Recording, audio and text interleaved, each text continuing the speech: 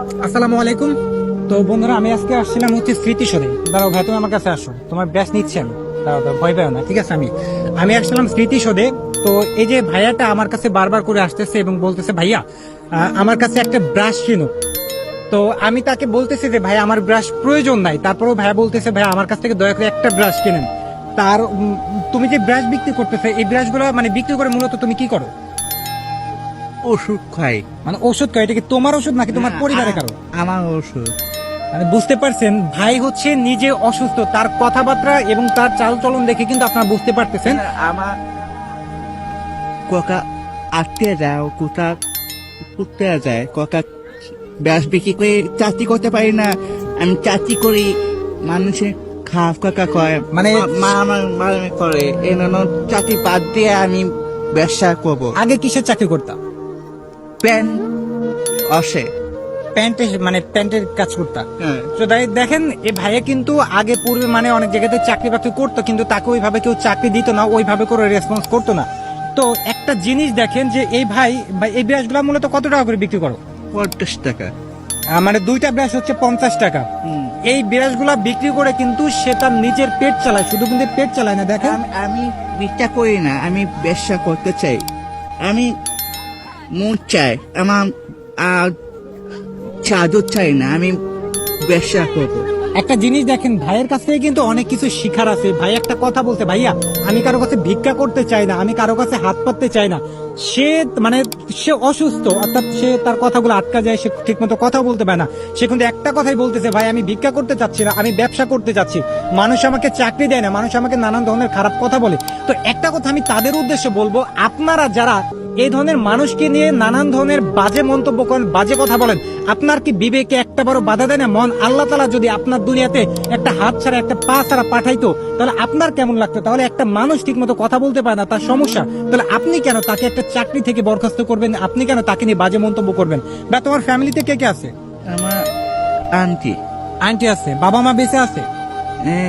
বাবা আছে, কাকা দেয় না, আমি বিক্রি করি, আমি এনো।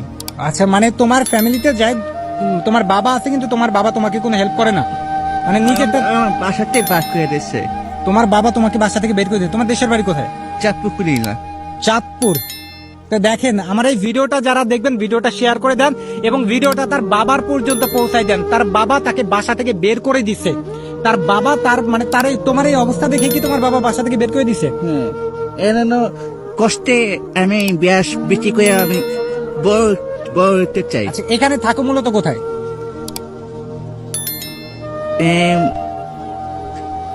পাই পাই গুলি তোট।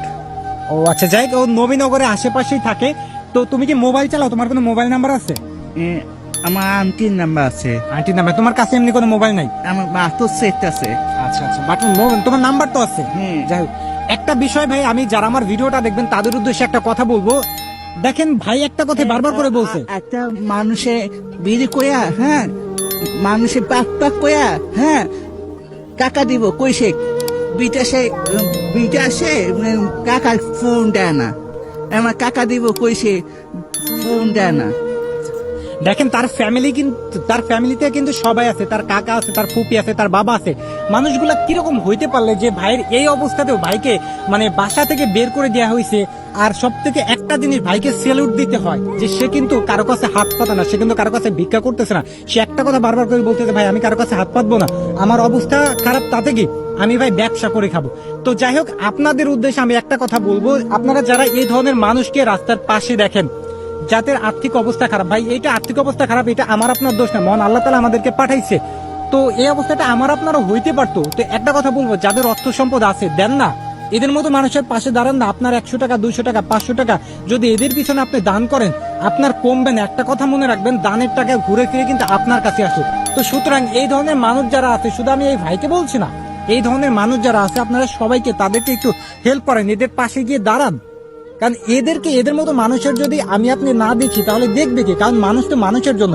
আজকে ভাইকে ফ্যামিলি থেকে তার বাবা বের করে দিয়েছে, সে আজকে প্রতিবন্ধী দেখা, সে কথা বলতে পারে না দেখা। মানে বিবেক নাই কি আপনাদের? কেমনে করে আপনি বাবা হয়ে নিজের সন্তানকে, যে সন্তানকে আপনি জন্ম দিচ্ছেন, সেই সন্তানকে আপনি কিভাবে আপনি রাস্তায় বের করে দিতে পারেন? ঘৃণা লাগে আপনার মতো বাবাদেরকে।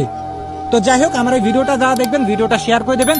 এই ভিডিওটা যেন তার বাবা পর্যন্ত পৌঁছাইতে থাকে, তার ফ্যামিলি পর্যন্ত সবাই যাতে দেখতে থাকে, কারণ তার ছেলে আজকে রাস্তায় রাস্তায় কি করতেছে। আমি যদি আজকে স্মৃতিসৌধে আজকে যদি নবীনগরে না আসতাম, তাহলে হয়তো এই ভাইকে মানে তাকে না দেখলে বুঝতেই পারতাম না মানুষ আসলে কতটা অসহায়, কতটা মানে কষ্টে জীবন যাপন করতে। তো যাই হোক, একটা কথা শুধু বলবো যে আপনার মানুষের পাশে দাঁড়ান। এরকম মানুষ যারা আছে রাস্তার পাশে, এখন শীতের মৌসুম, তো এই শীতের সময় আপনাদের তো অনেক টাকা পয়সার অভাব নাই, বাংলাদেশে তো অনেক মানবতার ফেরিওয়ালা দেখি।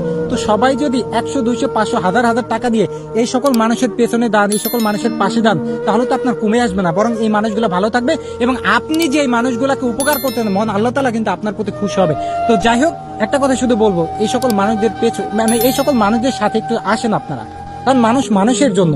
আজকে তো ভাই আপনার টাকা পয়সা আছে, আপনি তো ঠিকই মারা যাবেন, তো এই সকল মানুষদের আসলে কি হবে, আমি আপনি ছাড়া দেখবে কি? তো যাই হোক, এই ভিডিওটা এ পর্যন্ত। সে পর্যন্ত সবাই ভালো থাকবেন, সুস্থ থাকবেন। তো আমার সাধ্য মতো আমি ভাইকে হেল্প করার চেষ্টা করবো। তো সে পর্যন্ত সবাই ভালো থাকবেন। আসসালামু আলাইকুম।